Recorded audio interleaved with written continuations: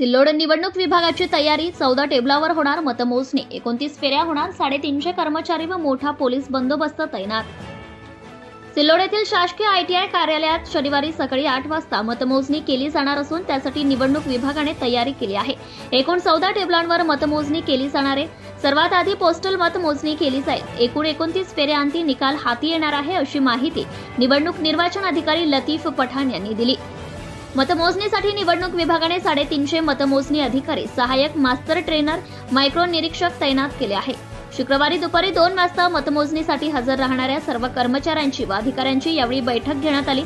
यावेळी निवडणूक निरीक्षक विद्यानंद सिंग, निवडणूक निर्णय अधिकारी लतीफ पठाण, सहाय्यक निवडणूक अधिकारी संजय भोसले, सुभाष आघाव यांनी मार्गदर्शन केले आहे। सिल्लोड शहर व ग्रामीण पोलिसांनी यावेळी काही अनुचित घटना घडू नये यासाठी SRP, CRP, BSFचे जवळपास 500 अधिकारी, कर्मचारी, पोलीस तैनात केले आहेत।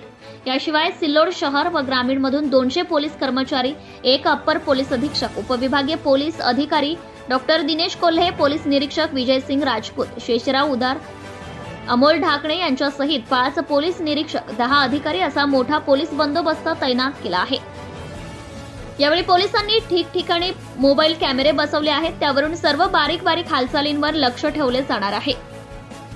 मोठा पोलीस बंदोबस्त यावेळी तैनात करण्यात आलाय। मतमोजणी केंद्राबाहेर किंवा आत कुणी अनुचित प्रकार करू नये। कुणीही गोंधळ घातला किंवा वाद केला व शांतता भंग करण्याचा प्रयत्न केला तर पोलीस सर्व परिस्थितीला सामोरे जाण्यास तयार आहे। शांतता भंग करणाऱ्यांना ठोकून काढण्यात येईल, यामुळे कुणीही शांतता भंग करू नये अशी माहिती